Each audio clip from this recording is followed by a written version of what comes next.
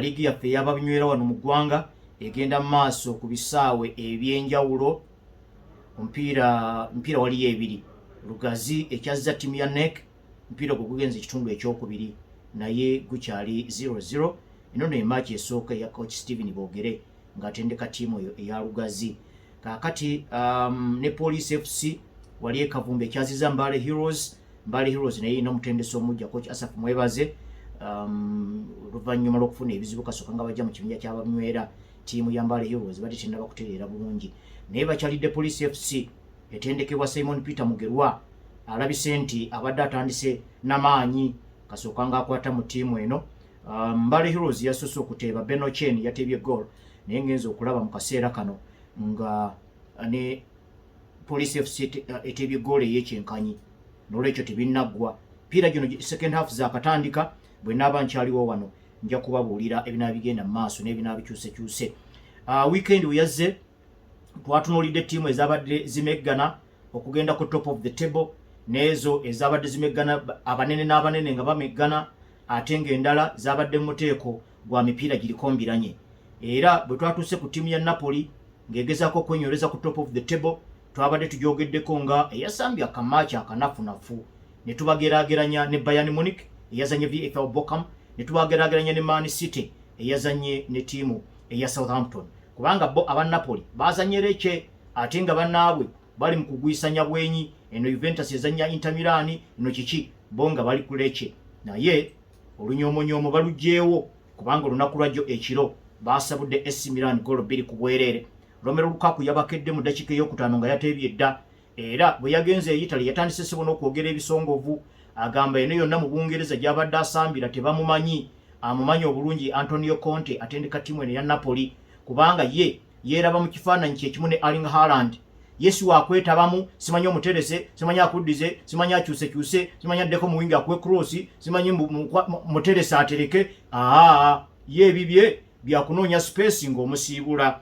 Era Zambo Anguissa bwe yamulengedde Lukaku teyakoze ensobi ng'asaza layini. Wadde bamuggyemu nga tayongeddeeko ndala, naye yayongedde okulaga nti Antonio Conte alabika amumanyiiko okusinga omupiira omungi gwakubidde mu ligi y'e Bungereza. Mpozi ne ku basajenti ba ttiimu ya Napoli eyawangula ekikopo kya liigi mabegako wali Bashkeria naye yateebyeko emukwezo golo. Jjukira abalala bagabana dda bano bagondi ba Victor Osimhen ne bafuna ebizibu ku mirimu ne batuuka n'okubaazika eyo mu ggwanga erya Take. Gambi baatuuka ne bayiikayiika naye omu ku basajenti abaalemereyo Bashkeria yateebye golo ey'okubiri. Batyo ne bakupa ttiimu ya AC Milan mu San Siro golo zabadde 2 ku bwereere ekiro ekyakeseza olwaleero. Sebono Scott McTominay nga yeerisankuli wakati awo mu mid 3 alwona kana akalenzi aka Chelsea Biru Gilma. Jjukira Chelsea naye yalwawo nga bwe yakolangako Levi Colville nga balaba tekayina we kasamba mu Chelsea nga bakazikayazikanye eyo okusingira ddala Brighton and Hove naye bwe kalinyisa omutindo yo Napoli ekalaba. Kati mu mid 3 awo we bakuba Biru Gilma, Scott McTominay nono Zambo Anguissa. Nibo lebikanga bafa ekintu empuliziganya yaabwe etali mbi. N'olwekyo yembeereyo kaakati ziri points 7 namba. Napoli zeesingako Inter Milan eri mufu ekyokubiri era nga Inter Milan yenantameggo ekikopo. Kaakati Inter Milan egenda kwewozaako olwaleero. Bagenda kukyaza Napoli. Omupiira gugenda kubeera gwa saa 2 n'ekitundu olwaleero ekiro. Jjukira nti yo Inter Milan ate nayo teyeewadde mukisa mu weekend. Babadde bameggana munene munne waayo Juventus mu Derby d'Italia mu weekend. Bagenze kugwa maliri golo nyakunya ku mupiira gwatuukiddeko n'ekiseera nga ttiimu eno eya Inter ng'ekulembedde Juventus golo nyaku 2 naye bataddemu ekyejaawo okakkana nga babakubye equalizer omupiira ne gugwa maliri nyakunya. N'olwekyo katulabe olwaleero Inter Milan egenda kwewozaako etya ku 2 kitundu kubanga ate era naawe okunya n'eddakiika 45 ate Juventus egenda kulabikako mu nsiike ng'ezanya ttiimu eya Parma. Kati mu mbeera y'emu tuyina okulabako Capital One Cup olwaleero eri emipiira bagibapiisa okufa obufi giriyo mu bibangirizi bya budde bwa mirundi 3 kunya kitundu ez'ekiro kunya 45 ne ku 5-15. Kati Brighton and Hove mu kukyaza ttiimu ya Liverpool mpaka zino eza Carabao bo bagenda bakubeera banya kitundu era bye bokka abaliwaawo. Kakati awo ne basooka bafuutiikawo emipiira emirala 4 era muganda wange Mugisha Atanansi musajja wa Arsenal muyina okukanula ku maaso oba ku gino gyonna n'olaba kugulirwa awo simanyi naye nga Newcastle mwobwo obudde wegenda okuzanyira tiimu ya Chelsea United, mwegenda okukyaliza Leicester City, Preston North End ekyaze tiimu ya Arsenal ne Aston Villa ekyaze Crystal Palace. Kati olwo ku ssaawa 5:15 olwo Tottenham Hotspur basiitaane ne tiimu eya Manchester City. Nolwekyo Carabao Cup yegenda okufuga, naye ate ekyewuunyisa oba kale fixture bwete bwe yasalawo twetwalabyeko ku gundi weekend ku Chelsea ng'ezanya Newcastle n'egikuba 2-1. Kati ate Chelsea n'ezanya Newcastle ku guno omulundi Newcastle yekyaza, ate kino kya knockout. Kakati Liverpool mu kukyalira Brighton and Hove mu mpaka zino eza Carabao olwaleero ssaawa 4:30 ez'ekiro. Kati ate era weekend era bazanya tiimu y'emu ya Brighton and Hove, oyina embavu ekuba emipiira gyombi. Ekibuuzo ekyo ndowooza gundi Hans Flick abadde akizzeemu bulungi, era abatendesi abanaleetangawo ekyejo bw'ate tukuba tutya emipiira mu space ya nnaku 3. Hans Flick yakubye emipiira 2 ng'azanya Bayern Munich ng'azanya ne Real Madrid mu space ya nnaku 4, bombi n'abakuba n'ateba goolo omugatte 8 ye ng'ateebeddwamu emu. Nolwekyo abadde bakyekwasa mbu ate tuzanya tutya kati ate ne tuddamu wali. Hans Flick alinga alaze ekirala, manye ebigambo kirala n'ebikolwa kirala. Nolwekyo wano temuddamu ne mwekwasa gwe awa Liverpool togamba nti ate omusajja akalembereza sikafunye ati kubanga Hans Flick bw'atyo bwe yabakulembeddemu. Ensonga eyo mbadde njagala batuusaako amawulire ago nga bukyali, naye nga tukyalina omulamwa gwe twatambuddeko nago olunaku lwajjo. Twayogeddeko ku tiimu ya Manchester City nga abakulembedde table, naye waliwo ebintu ebyagala okufaanagana ku baddiridde akulembedde table Liverpool ne Arsenal. Kati tosobola kugusa nsonga za Manchester City nga toyogedde ku nsonga ya Arsenal ne Liverpool. Waliwo engeri yaka triangle ako akagatta awamu tiimu zino essatu, era Chelsea ebadde eyagala okujjoka ewaganyaamu, naye era olaba ebikolwa byebigobawo Chelsea, kubanga ka triangle kano ak'abasatu Man City, Arsenal ne Liverpool kubona tekuli akubye ku munne, bonna bagudde maliri ate ga 2-2 Arsenal Man City, 2-2 Arsenal Liverpool. Kakati bana ababiri Man City ne Liverpool abakasisinkana ku Chelsea bo bamukubye mulamba. Bw'oba otunulidde ku mipiira 10 egiyise, kitegeeza Chelsea egezaako okulingiza ku mmeeza y'abanene naye tennaba kunuuka kimala, tennaba kutuukiriza buvunaanyizibwa. Y'ensonga lwaki yo bano ababiri bombi babakubye, naye ate bw'otunuulira bano abasatu tewannabaawo yeesitudde kimala kukuba omu ku bo abali mu katriangle ako. Twakamaliriza draw ya Arsenal ne Liverpool mu weekend, era tubadde twakamaliriza mabegako wali twabadde twakalaba draw eya 2-2 wakati wa Arsenal ne Liverpool, ne Man City. Naye ate waliwo kye tusobola okwongera okumenyaamenyamu mu triangle eno, nti Man City okusobola okujja draw ku Arsenal mwalimu eddibu erya Arsenal okufuna kaadi emmyufu, naye ate Arsenal bwe yazze ku Liverpool abazannyi bonna baamazeeko 11 ate nga Arsenal eri waka ne gugwa 2-2. Omuteeko ogwo ng'ogumaliriza n'oguteeka wali, tulabyeko ku tiimu zino nga zirina ebizibu mu bazannyi baazo ab'enkizo. Arsenal wano weeyinawoko enjawulo, abazannyi baayo ab'enkizo abamu babadde tebasamba emipiira egimu lwa buvune, naye ate waliwo n'ababadde babuuka emipiira olw'ekkoligo oba giwandiise ban olwa kaadi emmyufu. Yo mu kano ka triangle yo Liverpool ne Man City bo abazannyi baabwe be basubiddwako mu mipiira egyakazannyibwako kibadde kya buvune bwokka, tekuliko kya suspension. Gundi Alisson Ramsey Becker ne Diogo Jota, ate yo timu ya Man City teina Rodrigo Cascante Hernandez ne Kevin De Bruyne lwa buvune akati ako ka triangle okalaba kubajjukira ka triangle kano kakulu nnyo mu ngeri ya kubuuza ani ayinza okulemesa Manchester City obutawangula kikopo kya kutaano kiddiringana kubanga eryo liba lifuuse ejjoogo. Kati ku Liverpool ne Arsenal kwe kuyinza okubeera omu kuba of course bombi tebasobola kuwangula kikopo kimu. Mpozi kye basobola okukola y'omu okuwangula ekikopo omulala n'atwala ekyokubiri Man City nesindikirizibwa mu kyokusatu singa waba tewazeewoko ataataaganyaawo. Oba Chelsea naye esuubidde okwongera okusitula ekintu kyayo emipiira 29 egisigaddeyo nayo yeeyongere ka triangle kali kaveewo efuuke square.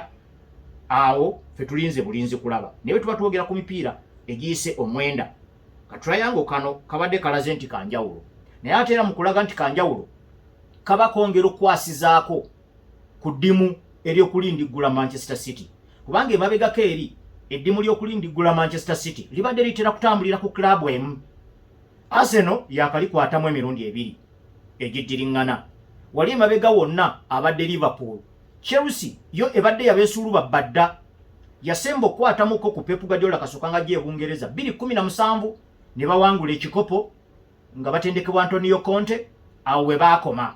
Kakati bagezaako okugyayo obwenyi okudda ku kwosuubira we balina okubeera oba banaakozesa gino emipiira egisigaddeyo 29 nabo basembere ku Arsenal ne Liverpool.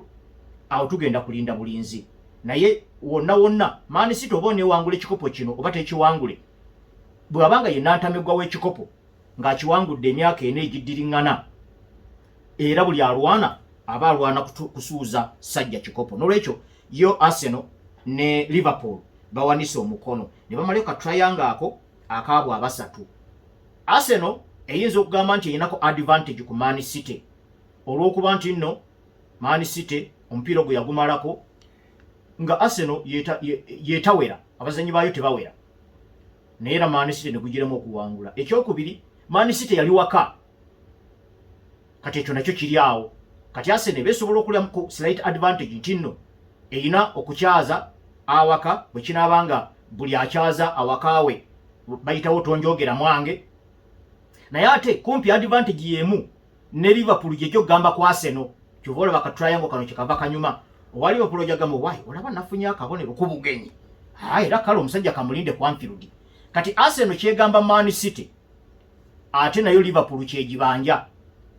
Enjawulo weeri nti waakiri ku guno omulundi Arsenal yamazeeko n'abazannyi bonna 11 bayinza okuba nga bakyusizza ku level eya profile y'abazannyi olw'obuvuna abazannyi abamu bwe bazze nga bafuna mu match eyo naye waakiri babadde bawere 11 nga bali waka.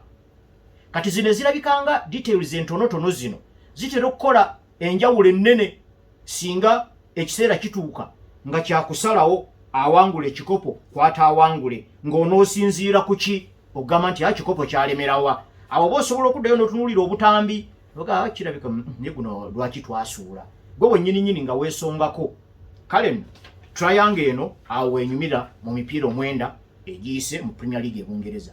Akati era bw'ogenda mu maaso ne ka triangle kano emipiira mwenda egiyise Arsenal erikoko mu maaso mu kubiisana n'abasajja bano ababiri kubanga yo erinamu emipiira ebiri mwogwo gwe yagwa amaliri ne Man City naguno gwe yagudde amaliri ne ttiimu ya Liverpool. Yo yakazanya emipiira ebiri. Liverpool ne Man City tebannaba kusisinkanako wantu wonna oba awo enkizo weeneeva naye sofa ojja kugamba nti Arsenal yeyina enkizo olw'okuba nti nno n'emipiira gyezanyeeko bano ababiri mingiko yezanya ebiri ate bali bo tebannaba nakusisinkanako n'ogumu. Kati mu ka triangle kano era Liverpool ne Arsenal bakubiddwamu omupiira obubonero busatu ne bugenda mu match emu. Liverpool Nottingham Forest yagikuba mu ngeri y'ebyewuunyo nga bali waka. Arsenal yakubiddwa FC Bournemouth.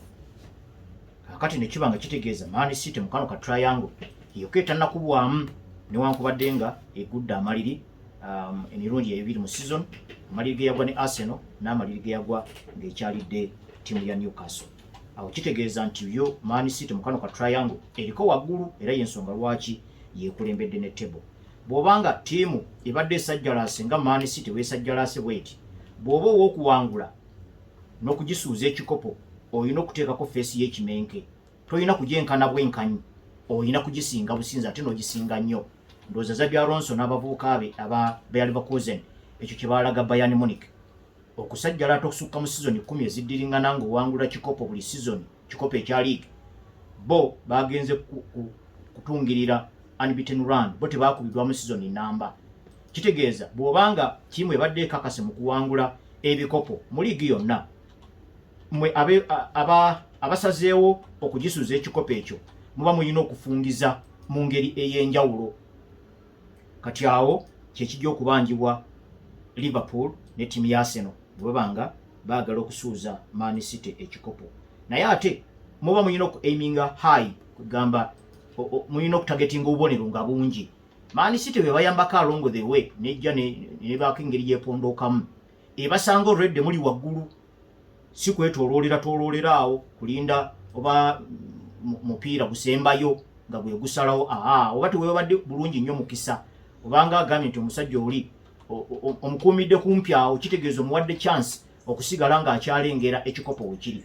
Liverpool bwe yakiwangula 2-2 yasinza Man City obubonero 19. Eyo range entuufu kiba kikuwa omukisa n'obutawa musajja oli kusigala ng'alengerako ekikopo wekiri. Kati awo kwe kusoomooza Liverpool ne Arsenal kwe bagenda okubeera nakwo mwako katrayanga ko kugezaako okwagala okusuuza omusajja oli ekikopo. Kati ku mbeera eyo kwe tugenda okulabira enkambi eya Arsenal n'enkambi eya Liverpool, kubanga eya Man City yo twagimaliriza olunaku lwajjo newankubadde nga mpuliddeko ku bigambo ebiwerako ku kifo kya Rodri n'ekya Kevin De Bruyne. Ekya Kevin De Bruyne yekigambibwa ayagala kgenda wadde season eno ate tannababba kubirako, naye bw'owulira ng'ebigambo bitandise okujja nti ate baagala kgenda mu Bayer Leverkusen bafune Florian Wirtz, oba bagende mu Bayern Munich bafune Jamal Musiala, oba baddeyo mu ttiimu ya Chelsea bakomyewo akalenzi ka Cole Palmer, kyongera okulaga obujulizi nti nno omusambi oyo alina okuliikiriza Erling Haaland kuba n'abaliwo webali omupiira bagumanyi naye omulimu tebagugusa bulungi. Bimu ku bitonotono byensanzeeko mu nkambi eno eya Manchester City. Kati Arsenal mu kutandika emirimu gyayo olwaleero nga etandika olugendo lwayo olw'emipiira egiddako, kuba kati giri omwenda, omugaso gwagyo kuddayo kutunuulira butambi na kulaba obunafu bwava luddawa obusuuza obubonero. Of course kizibu nnyo okusinkana ttiimu n'okugisuubira nti ejja kuwangula emipiira gyonna mu season, naye wayinza okubaawo buli lw'otunula mu butambi obwo osobola okulabamu ensobi ezisobola okwewalika mu kugenda mu maaso.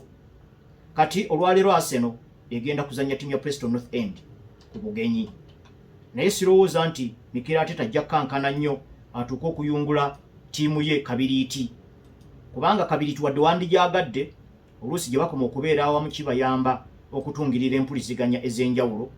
Obumu n'amanya obunafu bwa munne we buli ne wabanga oli tamuyise nti oba nyambaako, naye ate n'obutakuluusanya nnyo bazannyi kiba kirungi nnyo wano n'owummuzaamuko, kubeera twalaba ttiimu era ento bwetyo yesingamu abazannyi abato ye yakuba ttiimu ya Bolton Wanderers mu rawundi eri eyakaggwa ey'ekikopo kino ekya Carabao. N'olwekyo oba osuubidde abalenzi bano ba Ethan Nwaneri, ba Miles Lewis Skelly obasuubidde okuzannya big part mu game eno.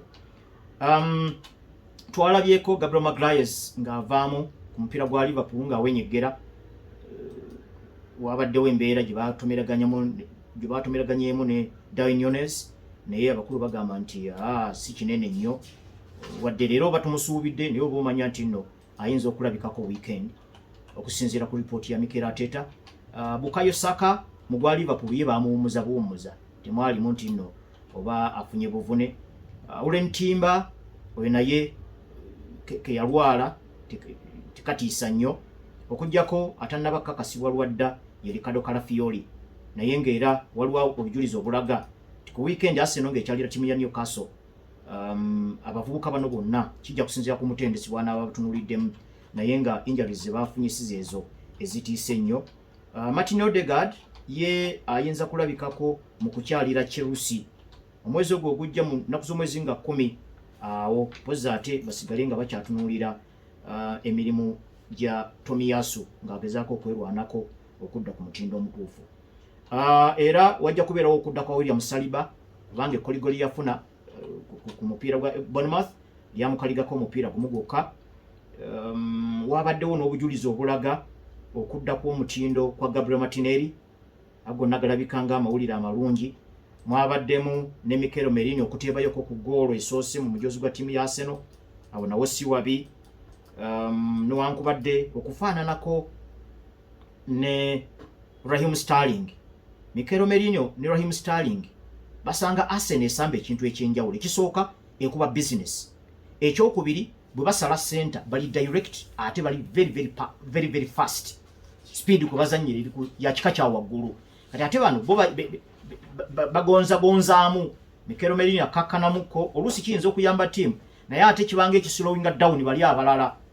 Ne Raheem Sterling ebyetolola nakina kibirungi eri ttiimu nti oluusi abaako ba opponent bakendeeza naye ate abaako bakeereya. N'olwekyo abo nabo ndowooza Mikel Arteta ajja kubasalira amagezi okulaba nga badda ku batuukana. Kuba omupiira guno gulimu ebiwayi bibiri. Ekiwayi ekimu oyinza okuba nga gwe Gabriel Martinelli ng'omupiira gwo guteeka ku speed ng'odduka nagwo. Oba si kyo oyinza okuba nga gwe Thomas Partey nga todduka nnyo naye mupiira gwokkiriza ne gudduka. Kitegeeza gwe bw'ofuna otamangu ng'oteera bali abadduka. Ekyo Mikel Merino alina okulondako side emu ku ezo oba oli awo ne Raheem Sterling. Era twalabye Mikel Merino wadde yalabise nga ali slowamuko ku gundi ne attitude eri Arsenal kwesambire y'okwekkiririzaamu tenaba kumuyingiramu nnyo oba ekyo kiyinza n'okudda eno mu klabu ye gy'abadde azanyiramu Spain kubanga bo tebavuganyangako na ku kikopo. Naye ndowooza gy'anaakoma okufuna first team football ajja kuba agezaako okumira embeera eyo naye muyingiremu asobole okumanya obwetaavu bw'alina. Naye twalabyeko ng'akubye paasi 18 omugatte ku Liverpool zonna nga zigenda mu final third. Ezo paasi zigenda wali mu sente ziba zinoonya goolo. Yakubyeyo n'ennyanda 2 yavudde n'okuteeba emu ku ezo goolo. Muli wandirowoozezza nti yandibadde omusambi omupya yandigambye waayi munaye bya free kick munaye bali bannannyini ttiimu kabagende naye yagenze mu free kick ne yeetabamu bulungi ate era n'akuba ne header goolo ye yateebye yasoose mu mujozi gwa Arsenal. Advantage endala weeri gye tulabye emipiira omwenda egiyise Arsenal gye yandibadde yeerippako okusobola okufuna enkizo ku ka triangle kano kenjogeddeko keeka okuba nti nno mu bamemba bano aba big 6 empiira 13 egiyise Arsenal tekubwa. Kakati advantage eno Arsenal yegyewadde eyina kiwandigambye mu luzungu they have to make it count. Bw'obanga bano bovuganya nabo ku kikopo obalaze nti temunjogera mwange kakati oba osuula otya ku ttiimu ate ezitenkanye ziri mbavu. Kati byebibuuzo Arsenal yina okubyebuuza nefuna ne answers. Era ndowooza basemba kukubwa Man City mu April wa 2023. Kakati awo weewali oyinza okubikkulako ng'onoonya ttiimu egenda mu maaso ng'eyina ebigendererwa ebinene nga gye tuteebereza kuba tuteebereza buteebereza ti Arsenal eyina okuba nga eyagala kuvuganya ku kikopo na kukiwangula sizoni eno. Katujja twongere ku nsonga eyo. Nkikoze nkigenderedde okutandika ne Arsenal kubanga newankubadde nga ku table Man City yekulembedde, Liverpool yakubiri, Arsenal yakusatu. Kyevudde nsooka ttiimu ya Arsenal kyekyokuba nti yeri ku lusegere olwa Manchester City season 2 eziyise bw'ogigeraageranya ku Liverpool ate ne Ancelotti mupya bw'omugeraageranya ku Mikel Arteta. Ancelotti ne Liverpool singa bawangula Premier League season eno bajja kubanga ababuuse eddaala. Wandirowooza nti Arsenal webanga yeyuyiza season 2 eziddiringana eyokusatu yeyandibadde situkira mu kintu naye ate bwe bamala okulwana olutalo olwa season 2 eziddiringana olwandibadde olwokusatu ate omulala najja n'awangula kiba kiragamuko nti Arsenal oba ebadde unlucky oba inako ebintu byekoze nga si bituufu kimala okusobola okwegwanyiza ekikopo. Omanyi okwegwanyiza ekikopo kirimu bintu bibiri. Ekisooka bigambo. Mu bigambo osobola okweyagaliza naye ate ekisinga okweyimirira ebigambo byo kirina kuba bikolwa. Engeri gye weeyisaamu ku matches ez'enjawulo esalawo okusinga ebirowoozo by'oyina ng'obirese mu bwongo. Kati ensonga lwaki ntandise ne ttiimu eno ya Arsenal kubanga batandise ne advantage ey'enjawulo. Mu mipiira omwenda egiyise bazannyiddemu Liverpool, Man City, Spurs ne Aston Villa. Naye ate ne babanga ku zino tiimu zonna tekulika bakubye, awo babeerako ne advantage. Kati kitegeeza nti mu mipiira gino bayinayo Man City, Spurs ne Aston Villa nga emipiira egyo gyonsatule bali waka, kubanga gye basobola okutambulira ne bajja obubonero baali ku bugenyi ku Villa Park, gye bakyalira Spurs ne gye bakyalira Man City. Kati ekyo advantage yo weeri, naddala ng'oli waka, naddala nga bano wagaana okukugoba nga gw'oli ku bugenyi. Kati kisinziira ku Arsenal bw'eneeyisaamu nga yekyazizza, kubanga omupiira gye gwatuuka omusajja akusanga ne wuno akusabulirawo.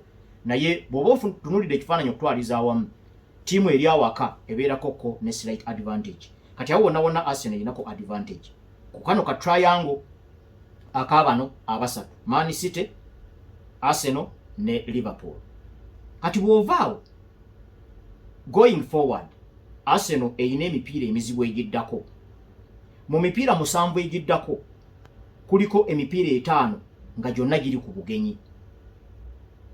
Actually Arsenal etandika na leero okukyala, bw'ekyalira Preston North End tejja kudda waka, weekend egenda kukyalira Newcastle. Mu wiiki ejja wakati bagende bakyalire Inter Milan. Bwe badda mu London tebatuukira waka, bagenda kutuukira mu kukyalira Chelsea. Kati gye mipiira gyonna egiddiriŋŋana 4 gyonna giri ku bugenyi. Banaagenda okudda okukyaza Nottingham Forest nga 23 omwezi ogwa November nga balinako engeri gye beepimyemu ku ka triangle kano kenjogerako, kuba of course nabano abali mu ka triangle bajja kuba basamba nabo emipiira emizibu. Ne gwe toyina kufaayo ku mulala, gw'olina kufaayo ku gijo.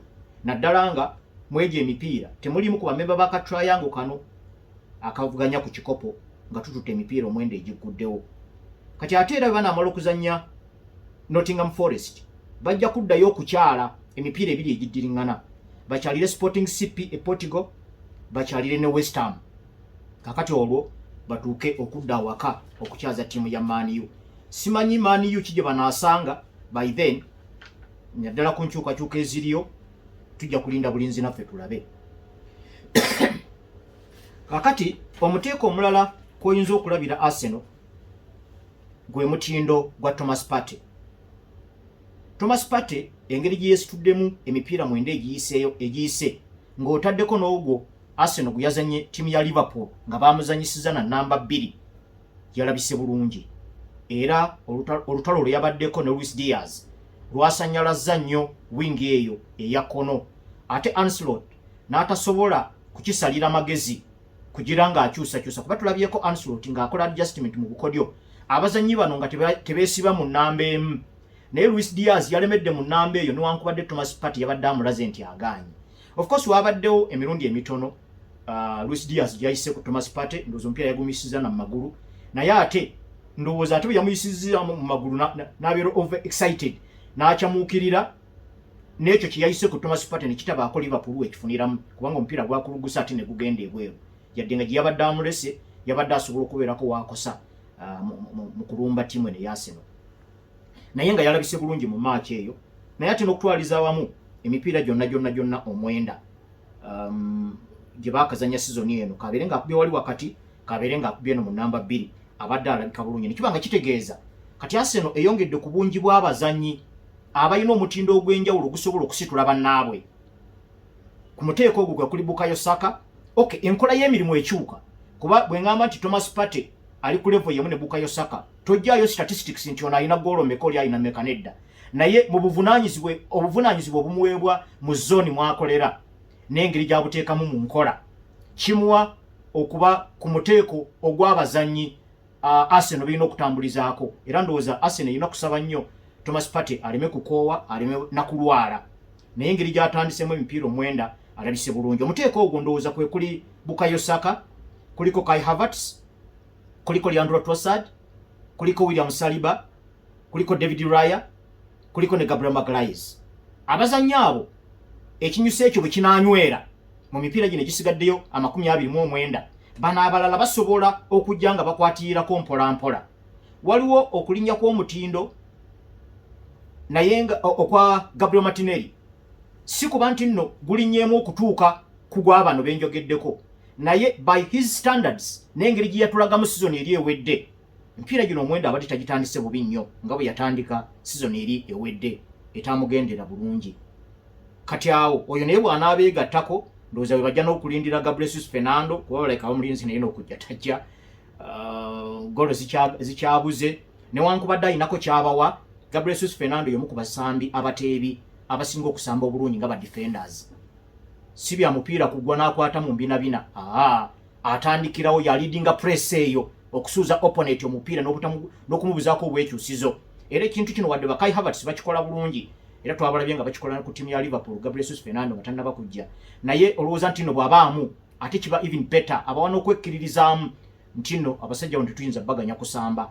So oyo naye ndowooza bajja kugira bamulindako. Naye ndowooza ekinyusi ky'abano bwe kinaaba nga kisigadde nga kiri stable, temulimu suspensions, temulimu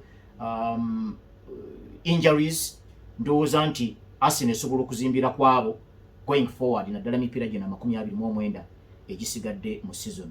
Kati lwakuba nti abazannyi bano era okuvaawo kwabwe bayinako ekintu kinene kibagenda nakyo. Baba tebagenze na numbers, baba bagenze na profile n'enkola y'emirimu.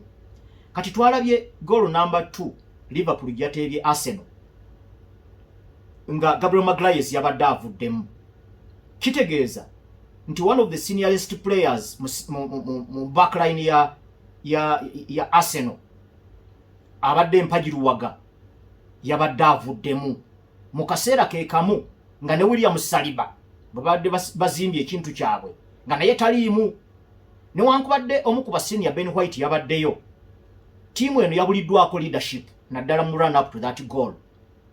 Ojjukira omupiira ogwo Arsenal yasoose okulumba nerumba in numbers. Kakati ne babakwatirayo, kitegeeza they overcommitted okugenda eri mu maaso okunoonya goal eyokusatu kubanga ensamba ya Arsenal yeeyo tebaleka bibangirizi mu bitongole. Bali front 3 bwe bagenda abaddako abasatu babeera immediately behind them. Kitegeeza ne babbaaka nabo tebajja kulekawo kibangirizo jabasanga bagenze. Kati awo mu kugenda okwo kasita balemereddwa either okuteeba goolo oba omupiira ogwo okuyita okuvaamu ekkoona ne bagoba bako nga muvi yabwe tennaba kugguka. Kwe kubakwata counter pass empanvu yakubiddwa Alexander-Arnold Trent. Kati ne weesanga nti ku bazannyi ababadde mu bbaaka mwaka akaseera oba abandi badde mu eyo zone kuba baayise mu zone wandisuubidde namba 3 Olen Timber nga naye yabadde avuddewo kubanga Olen Timber yavuddemu mu ddakiika y'76. Gabriel Magalhaes okuva mu ddakiika ya 5 baleese Yakubu Kivio. Mupiira agumanyi naye si omu ku basenior, tasobola kuprovidinga leadership. Olen Timber avuddemu n'oleeta ono omulenzi omuto gundi Lewis Skelly. Kati nga ku bonna kati ate n'alina okwekubira ku side ya left yandibadde Mikel Merino. Bonna balinga abapya mu zone eyo omutambulira balefuta ku side ya namba 3 oba namba 4 owa side eya left Gabriel Magalhaes wavudde.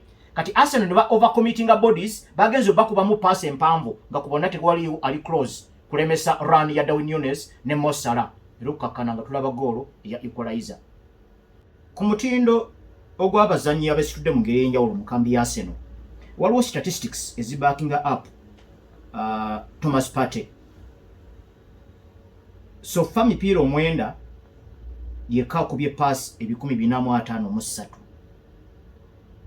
ate nga paasi ze zigenda mu maaso zisinga obungi. Ekyo kiba kimuteeka mu kifo kya 2 mu Premier League.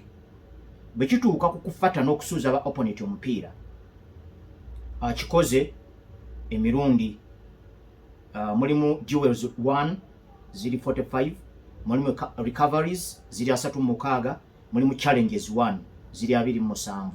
Kakati ate n'okugwa mu nkwe z'ennumba za opponent akikoze kiwandiise interception akikoze emirundi 12. Kati omuzannyo ono waba ayongedde ku muwendo gw'abazannyi abatambulirako ensonga mu timu ya Arsenal yina kubeera advantage nti ka group kano kayina kusamba nga bacuba. Buli match temulimu kulegeza, temulimu kulwala, temulimu kufuna suspension, temulimu ki kubanga gye bakoma okubeera awamu bakuuma ttiimu ng'ekuŋŋaanya obubonero ng'ate bwe balinda ne bannaabwe omutindo gwabwe buguliko wansi waliwo ab'okulindako nga Mikel Merino ne gundi yennyini nnyini Declan Rice naye era mu statistics abati tannaba kusituka bulungi kutuuka ku level Thomas Partey kwali oyo naye abasobola okusituka chance weeri naddala nga bano weebali ne Ben White si omu gwe tubadde tulabako mu sizoni ziri eziyise tannaba kutuuka waawo newankubadde emirimu gyejjira n'ekyuka n'ava mu biri n'akubako mu center back awatabadde William Saliba naye era omulaba si oli gw'omanyi Ben White ajja okujja ayambeko okuwa Bukayo Saka backup either amuterese oba amukubireko Chenga Bukayo Saka abanga gwayongerera wali mu 7 n'akuba Chenga n'ayingira munda n'asala omupiira mu katimba oba si kyo ne banga amuwadde cross ye tugimanyi nti nno nnungi nolwekyo abazannyi abo kwoteeka ne ba Raheem Sterling ne gundi atannaba kugusa nsonga bulungi Gabriel Martinelli waakiri waliwo bano abaleze nti nno bo banjawulo era ndowooza nti basobola okuzimbirwako ensonga okulaba nga balinda bannaabwe nga ne liigi bweyongera okukula kati Gabriel Magalhaes ke yalwadde abakulu bamwekebejja naye Mikel Arteta teyalazeewo obujulizi bulaga nti ayinza okulwa ku ndiri era bw'onoomulaba mu mupiira gwa Newcastle teweewuunye nnyo naye nga omanyi Mikel Arteta tamala geeta mu kufulumya information naye nga ne Gabriel Magalhaes okumuteeka ku muteeko guno ogw'abazannyi ab'enjawulo naye tebeera nsobi kuba kasookanga Arsenal emujja mu ttiimu ya Lille mu Bufalansa mu 2-2 emipiira 161 egibaddewo awo asubiddwako emipiira 20